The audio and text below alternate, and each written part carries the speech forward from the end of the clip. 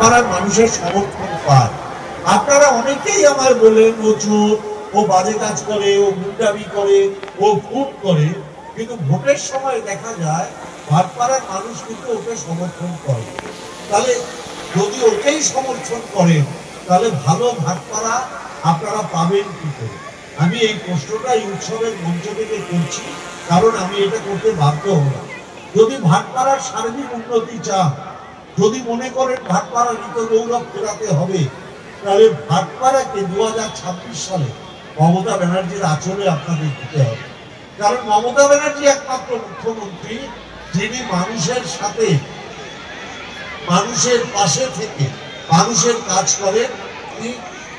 ঠান্ডা হাওয়া পাবেন, মনে বাতাস পাবেন।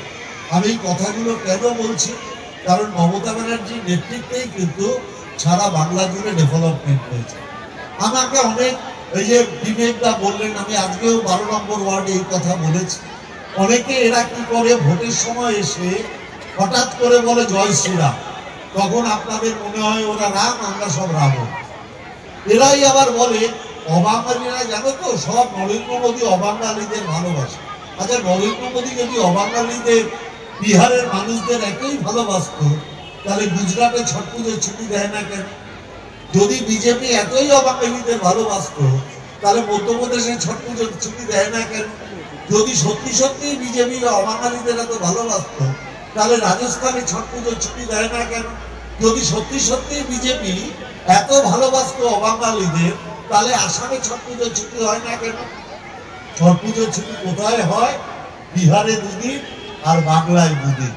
অর্থাৎ মমতা ব্যানার্জি আপনাদের বলতে চায়, এই রাজ্যে আপনারা দীর্ঘদিন ধরে আছেন, আপনাদেরও আমি আমার অংশ বলে মনে করি, আমার ভাই বলে মনে করি, আমার বোন বলে মনে করি, আমার আত্মীয় বলে মনে করি, আমার পরিবার বলে মনে করি।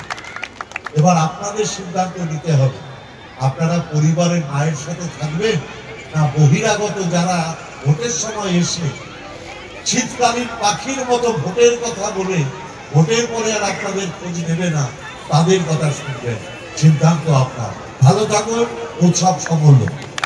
আপনার সুস্বাস্থ্যের নতুন দিশা ভারতী হেলথ কেয়ার ও ডায়াগনস্টিক সেন্টার। শ্যামনগরে অবস্থিত ভারতী হেলথ কেয়ার ও ডায়াগনস্টিক সেন্টারে আপনারা পাবেন অভিজ্ঞ রেডিওলজিস্ট দ্বারা 4D ultrasonography, 4D peripheral ultrasonography, 4D pregnancy ultrasonography, 4D TVS আলট্রাসোনোগ্রাফির সুবিধে। এছাড়াও থাকছে অভিজ্ঞ ডিএম কার্ডিওলজিস্ট দ্বারা ইকোকার্ডিওগ্রাফির সুবর্ণ সুযোগ। পাশাপাশি থাকছে ইসিজি, ইইজি, পিএফটি, এমসিভি, ইএমজির সুবন্দোবস্ত। এছাড়াও থাকছে ডিজিটাল এক্স-রের সুবিধাও। ঠিকানা ভারতী হেলথ কেয়ার ও diagnostic centre, Shubhakali apartment 2, first floor, east Ghoshpara road, Shyamnagar. থাকছে অভিজ্ঞ চিকিৎসকদের পরামর্শ।